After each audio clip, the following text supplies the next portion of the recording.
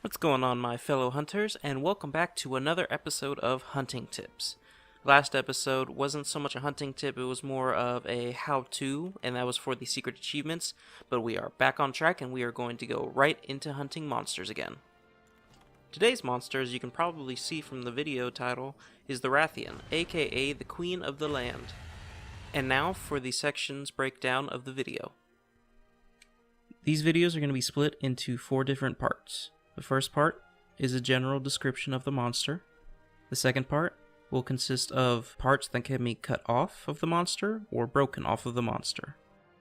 The third part will go over the various special moves that the monsters do when they are attacking. The fourth and final part will go over elemental weaknesses and various strategies that you can use to take down the monster. So let's just hop right into it. The Rathian, as you've probably noticed, looks very similar to her counterpart, the Rathalos, and that's because the Rathian is actually the female of the 2 species. Every Rathian is a female, and every Rathalos is a male. Unlike the Rathian has green scales, and has a small protruding horn from her chin. Unlike the Rathian tends to stay on the ground more often than not, and attack prey from charging positions, and the few times she does get into the air, it's not for very long. Moving on to the parts that can be cut and or broken from the Rathian. The first, most important, and kind of most obvious is her tail. You are able to cut her tail off with any sort of slicing weapon, including bows that have the dragon piercing shot and bow guns with slicing ammo. The second thing you can break is you can break the scales and horns around her face if you hit it enough with blunt and slicing attacks. Both of them will do. It doesn't matter. I think blunt does a little bit more damage, but I don't think it does that much more to damaging it. And then her wings can also be broken. I didn't break them in this video, but if you slice and or use blunt attacks enough, they will break both wings, and you can also break the spikes that are on the tips of her wings. Moving on to movesets. The Rathian's first, most basic ability is its tackle. It will run forward and attempt to swipe its neck at you in a sort of tackling motion. I don't know if it's technically a tackle, but I would label it as a tackle. The second attack is one of the more deadly and probably one you're going to want to watch out for. It's her flip that she does when she flies into the air. She will spin in a complete vertical angle and swipe her tail out, and if you get hit with the tail, you become poisoned. The next move, which is a more basic move, is the Rathian will shoot out a fireball. That's basically it. It shoots out a fireball, and when it hits, if it hits you, it doesn't leave anything, but you will get fire blight.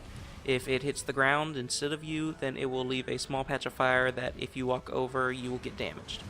When the Rathian is enraged, it will attempt to shoot more than one fireball, each in a different direction as it fires, so make sure when you are looking at it, if you see that it has flames in its mouth, that's how you know that it will shoot 3 fireballs whenever it does the fireball attack.